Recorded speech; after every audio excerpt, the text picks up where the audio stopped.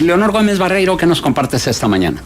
¿Qué tal? Muy buenos días. Bueno, pues vamos a dar seguimiento a este tema del espionaje abierto y cómo se mina la confianza con esto, haciendo un recuento de qué decía el presidente Enrique Peña Nieto cuando fue nombrado presidente del Comité Directivo de la Alianza para el Gobierno Abierto y pues ahora ya no contar con la sociedad civil mexicana en este proceso.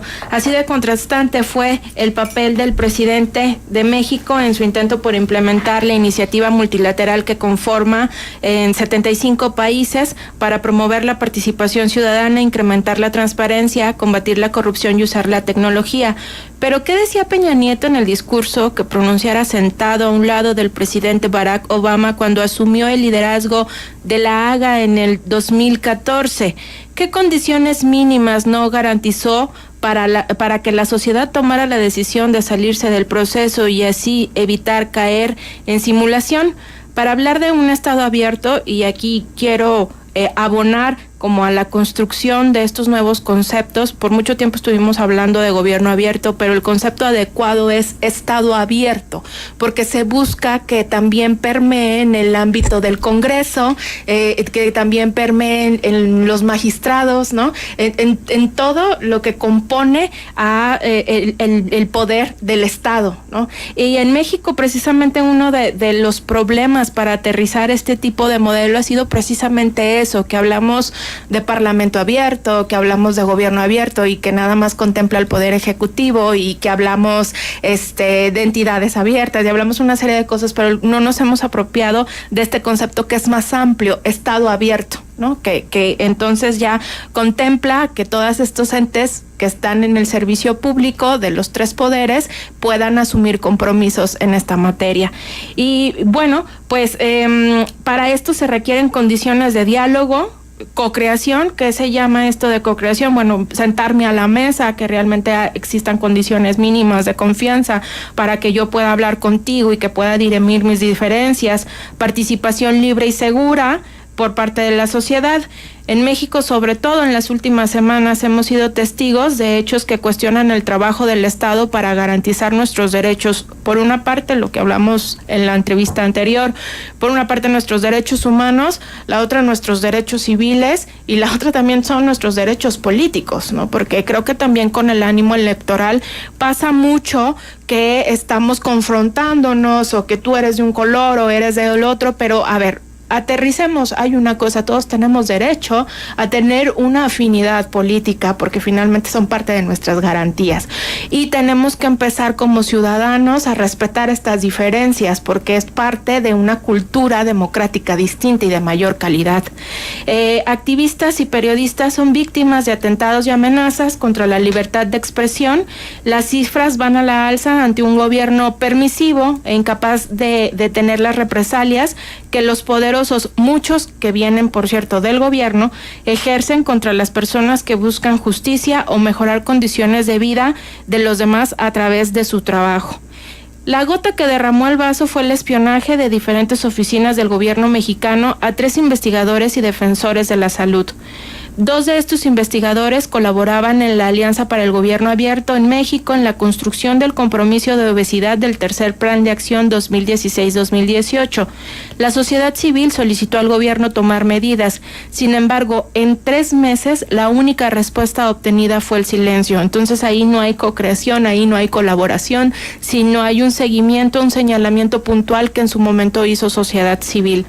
Aquel 24 de septiembre del 2014, ante la comunidad internacional, Peña Nieto decía: en particular, quiero agradecer a nuestros representantes de la sociedad civil. Gracias a su incansable trabajo, la Alianza ha tenido un crecimiento extraordinario en tan solo 3 años. México asume la presidencia de este proyecto global con gran entusiasmo, consciente del poder positivo de esta alianza para enriquecer nuestra vida democrática.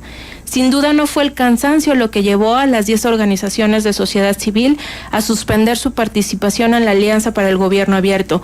Fue la desconfianza a un gobierno que ejerce espionaje abierto en contra de quienes permitieron impulsar esta iniciativa y le dieron precisamente al presidente Enrique Peña Nieto la presidencia del Comité Directivo en su momento de la Alianza para el Gobierno Abierto. Sí, y ayer de hecho lo comentaba el propio Tomás Severino, quien preside Cultura Ecológica AC, que es una de las organizaciones que forma parte de esta Alianza para el Gobierno Abierto. Precisamente calificó como desafortunada la respuesta que la Secretaría de la Función Pública les dio, ya que lo que demandaron las ONGs es que el secretariado tripartita rechace de manera contundente la práctica del espionaje y promueve el establecimiento de políticas públicas que impidan este tipo de actividades. Y llamó la atención lo que dijo: no estamos diciendo que no están recibiendo a los potenciales investigados en los juzgados o en el Ministerio Público. No estamos diciendo eso, estamos pidiendo una acción política que derive en un mecanismo de control de estos sistemas de espionaje. ¿Tú qué opinas, Leonor, como coordinadora nacional de México Infórmate y como una persona muy bien informada de todo esto de la Alianza para el Gobierno Abierto, de la actitud que ha asumido el gobierno federal, en el sentido de que tal pareciera que, lejos de perjudicarle al gobierno, le beneficia esta salida de los organismos de la sociedad civil? No. Bueno, yo creo que aquí se manda un mensaje político contundente, porque aunque el gobierno se empeñe a tener una versión fragmentada de lo que está ocurriendo en el país, me parece que hay dos hechos en esta semana que han sido contundentes. La salida de sociedad civil del núcleo de las organizaciones de la Alianza para el Gobierno Abierto, que está sentando un precedente internacional. Y que además pues la comunidad internacional seguramente va a hablar con respecto a lo que está pasando en nuestro país. Que de hecho ya está hablando. Y la otra es que, bueno, clúster de organizaciones de medios de comunicación que pidieron garantizar la libertad de expresión en un ambiente muy hostil para poder informar a la población. Entonces, aunque se quiera ver de manera fragmentada lo que está ocurriendo en nuestro país, pues no puede ignorarse que hay movimiento y que hay una postura política muy puntual por parte de muchas organizaciones de sociedad civil para tener un alto a lo que está pasando, porque si no hacemos valer estos derechos, entonces, bueno, lo que va a pasar es que no podemos convertirnos en un simulador del discurso político que habla de democracia y que hable de derechos, pero no está garantizando condiciones mínimas. Oye, Leonor, déjame preguntarte, quienes están trabajando en estos temas en el estado de Coahuila, ¿se sienten seguros?